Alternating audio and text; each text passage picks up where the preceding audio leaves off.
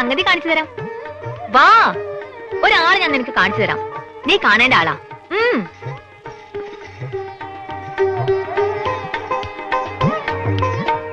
ദേ ഇയാളാ. ചെവിയും കേൾക്കില്ല, സംസാരിക്കാനും കഴിയില്ല.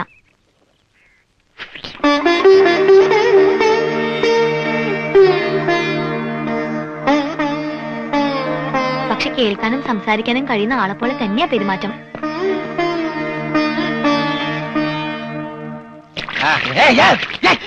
തലയൊഴി വന്നു ഞാൻ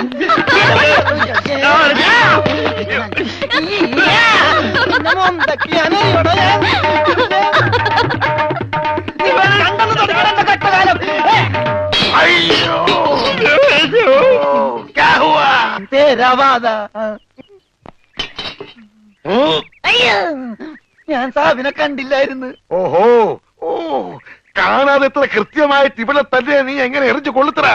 ഞാൻ ദൈവനെ എറിഞ്ഞത്. ഈ മിണ്ടാപ്പുറാണിയാണോ നീ എറിഞ്ഞത്? എടാ എറിയടാ, അവന്റെ മോന്തയ്ക്ക് തന്നെ കൊള്ളണം. ഈ ഭാഗത്ത് എറി.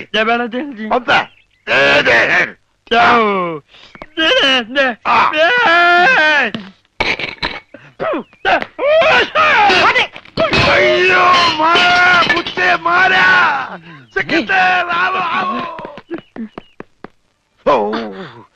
तेरे वर्गा बेवकूफ इस जगह मिस मिलना मुश्किल है. നീ എന്ത് വേണേലും പറഞ്ഞു, പക്ഷെ പഞ്ചാബി മാത്രം പറയരുത്. കയ്യിലെ പണം കൊടുത്ത് മൊന്തോണ്ട് ഏറ് വാങ്ങുന്നയാള് ഈ ലോകത്ത് എന്റെ ഭർത്താവ് മാത്രമേ കാണൂന്നാ പറഞ്ഞത്. പഞ്ചാബി പറയാൻ പാടില്ലെന്ന്. എന്താ പറഞ്ഞാല്? ഈ നാട്ടിൽ താമസിക്കുമ്പോ വീട്ടിൽ പോലും നമ്മൾ ഇവിടുത്തെ ഭാഷയെ പറയാവൂ. അല്ലെങ്കിൽ മുഴുമലയാളമായിട്ട് ചെല്ലുന്ന നമ്മളെ എല്ലാവരും കളിയാക്കും, ഒറ്റപ്പെടുത്തും എന്നല്ലേ സിക്കന്ദർ പറഞ്ഞിട്ടുള്ളത്? ഓ, എന്തു പറഞ്ഞാലും സിക്കന്ദർ സിക്കന്ദർ. ഇത്രയ്ക്ക് പേടിക്കാൻ നിങ്ങളുടെ ജ്യേഷ്ഠനൊന്നും അല്ലല്ലോ. ജ്യേഷ്ഠന്റെ പുത്രനല്ലേ?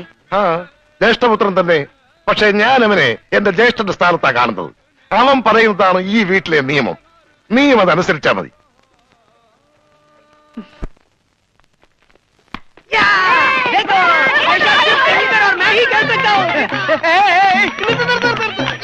ഈ കളി ഇതിനകത്ത് നടക്കൂല. അതിന് ഇതിനകത്ത് കളിച്ചില്ലല്ലോ. ഈ പണ്ടാരം പിടിച്ച കളി ഇവിടെ നടക്കൂലെന്ന്. കാലൊടിഞ്ഞ എന്ത് ചെയ്യും? കാലൊടിഞ്ഞ പ്ലാസ്റ്റർ ഇടും. നിന്റെയൊക്കെ കാലൊടിഞ്ഞ പ്ലാസ്റ്ററാ. ഈ തൂണിന്റെ ഒക്കെ കാലൊടിഞ്ഞാൽ പ്ലാസ്റ്റർ ഇടാൻ പറ്റൂല. പ്ലാസ്റ്റിക്കാണ്. ഞാൻ പോടോന്നാ? നീ പോടോ. ഈ കാണുന്നതല്ല എന്റെ. എനിക്ക് ഇഷ്ടമുള്ളപ്പോ ഞാനിവിടെ വരും.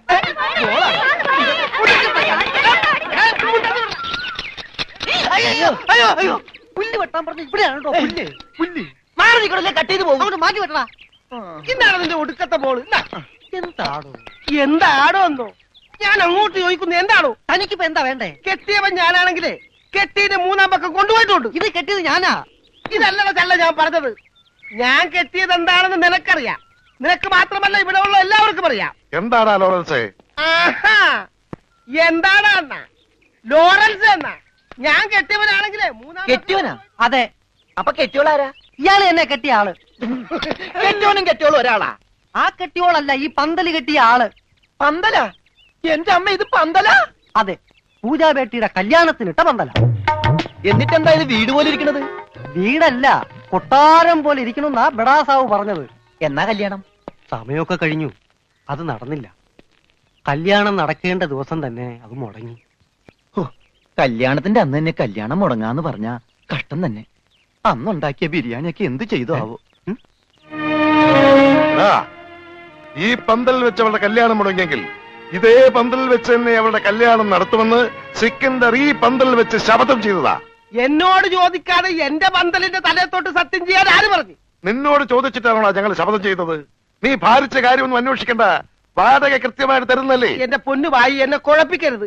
2-3 കല്യാണം, പള്ളിപ്പെരുന്നാൾ, ധ്യാനം ഒക്കെ ഏറ്റതാണ്. ഇത് അഴിച്ചിട്ട് വേണം എനിക്ക് അവിടെ കൊണ്ടുപോയി പന്തല് കെട്ടാൻ. ഇത് അഴിക്കാൻ വന്നാ നിന്റെ കൈ ഞാൻ വെട്ടും. പോടാ. പോടാന്നാ? അതെ, പോടാന്ന്. ഇല്ലേ നിന്നെ തല്ലിയിറക്കും. കാര്യമായിട്ടാണോ പറഞ്ഞത്, തമാശക്കാണോ? കാര്യമായിട്ട് തന്നെയാ പറഞ്ഞത്. ആ, എന്നാ കൊള്ളാം. ഒരുമാതിരി തമാശ എനിക്ക് ഇഷ്ടമല്ലട്ടാ, പറഞ്ഞേക്കാം.